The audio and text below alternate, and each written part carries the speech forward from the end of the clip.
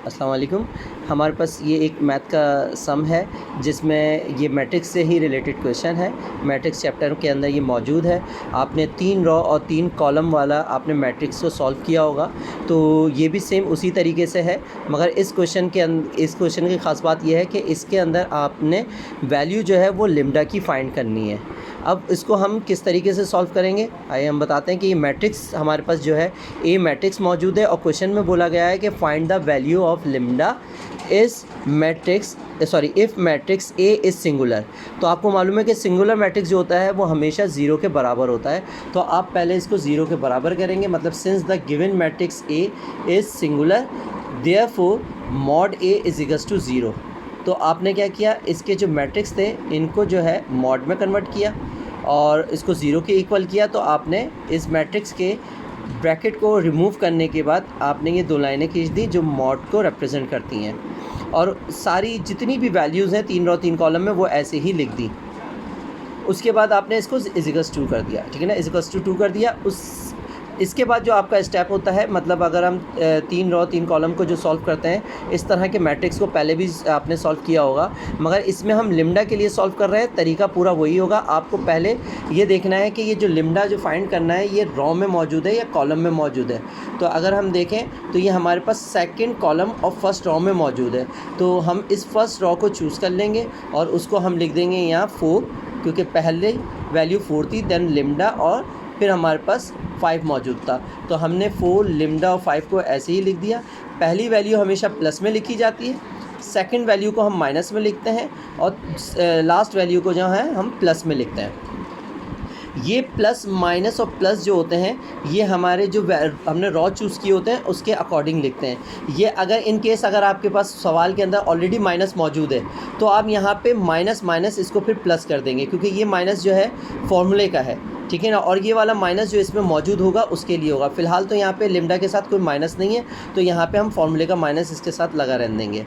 अब हमने सबसे पहले क्या करना है, इस 4 को लेना है और ये 4 लिखने के बाद हमने ये 4 लिखा, इसका एक मॉड बना देंगे।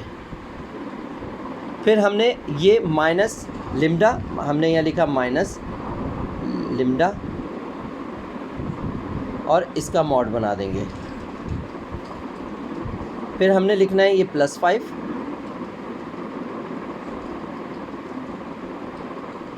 और इसका मॉड बना देंगे, ठीक है।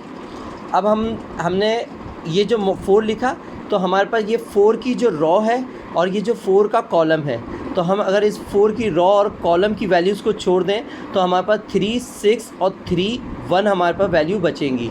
तो ये 3, 6 और 3, 1 जो है वो हम यहाँ लिख देंगे। ये 3, 6 और ये 3, 1 हमने यहाँ लिख दिया। उसके बाद हमारे पास लिम्डा की जो रॉ है उसको हम छोड़ दें और लिम्डा के कॉलम को जो अगर हम छोड़ दें तो हमारे पास 7, 6 और 2, 1 बचेगा। तो हम लिख देंगे 7, 6 और ये 2, 1। इसी तरीके से हमारे पास जो नेक्स्ट नंबर है वो 5 मौजूद है और 5 की रॉ को और 5 के कॉलम को अगर हम छोड़ दें तो हमारे पास 7, 3 और 2, 3 बचेगा, जो हम यहाँ लिख देंगे 7, 3 एंड 2 एंड 1। इस तरह से हमने ये सारे मॉड जो हैं फिल कर दिए, किसके अकॉर्डिंग, रॉ के अकॉर्डिंग। और इसमें हम अब ये 1 बाय 1 इसको सॉल्व करेंगे जैसे मॉड सॉल्व किया जाता है। अब हम क्या करेंगे, सबसे पहले हम ये 4 लिखेंगे और 4 लिखने के बाद एक हम लार्ज ब्रैकेट बना देंगे। फिर हम माइनस लिम्डा लिखेंगे और फिर एक लार्ज ब्रैकेट बना देंगे और फिर हम +5 लिखेंगे और फिर हम एक लार्ज ब्रैकेट बना देंगे। इस लार्ज ब्रैकेट में हम मॉड को सॉल्व करेंगे। मॉड को सॉल्व करने का तरीका क्या होता है, 3 × 1, 3 1 3 माइनस 6 3 18।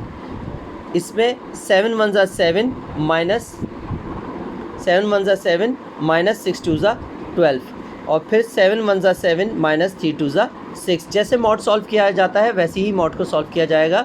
3 मॉड है तो 3 मॉड को सॉल्व करेंगे।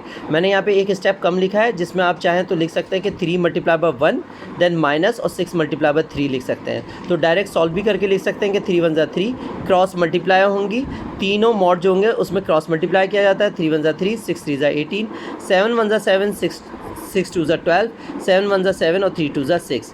अब इसको हम सॉल्व कर लेंगे तो ये हमारे पास 18 में से 3 गया। अब ये लार्ज ब्रैकेट को स्मॉल ब्रैकेट बना सकते हैं। 18 में से 3 गया तो -15 माइनस लिम्डा ऐसे ही रहेगा और ये हो जाएगा 12 - 7, ये हो जाएगा -5 प्लस 5 ऐसे ही रहेगा।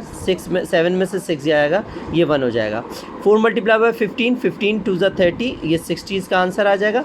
-60 माइनस माइनस प्लस लिम्डा का माइनस और इसका माइनस मल्टीप्लाई होगा तो माइनस माइनस प्लस लिम्डा 5, तो ये कहलाएगा 5 लिम्डा। हमेशा नंबर पहले लिखा जाता है, कोई भी सिंबल कोई भी कैरेक्टर बाद में लिखा जाता है। फिर प्लस 5 1 ज़ा 5। और ये याद रखें कि हम ये सिंगुलर मैट्रिक्स कर रहे थे तो सबके एंड में equals to 0 equals to 0 equals to 0 हम लिखते जाएंगे। अब यहाँ पे -60 और +5 हमारे यहाँ पे सॉल्व होता हुआ नज़र आ रहा है। तो 60 में से 5 को अगर हम माइनस कर देंगे, क्योंकि प्लस माइनस माइनस हो रहा है, तो हमारे पास -55 आंसर आएगा। और ये +5 लिम्डा ऐसे ही लिख देंगे इजिकल्स टू 0। अब 5 लिम्डा, हमें लिम्डा की वैल्यू फाइंड करनी है तो लिम्डा के साथ 5 मौजूद है, तो इसको हम इससे पहले ये -55 जो है हम इसको राइट की तरफ मूव कर देंगे, राइट साइड पे। तो ये 5 लिम्डा ऐसे ही रहेगा, ये -55 यहाँ जाके +55 हो जाएगा, क्योंकि right to left left to right move करने से साइन चेंज हो जाते हैं। देन 5 मल्टीप्लाई है तो ये 55 से जाके डिवाइड हो जाएगा। तो 55 डिवाइड बाय 5, 5 1 ज़ा 5 1 ज़ा 5 1 ज़ा। तो इस तरह से लिम्डा की जो वैल्यू है वो 11 हमारी आ गई। और यही हमारे क्वेश्चन में बोला गया था, फाइंड द वैल्यू ऑफ लिम्डा, और लिम्डा का जो आंसर है वो है 11। Thank you.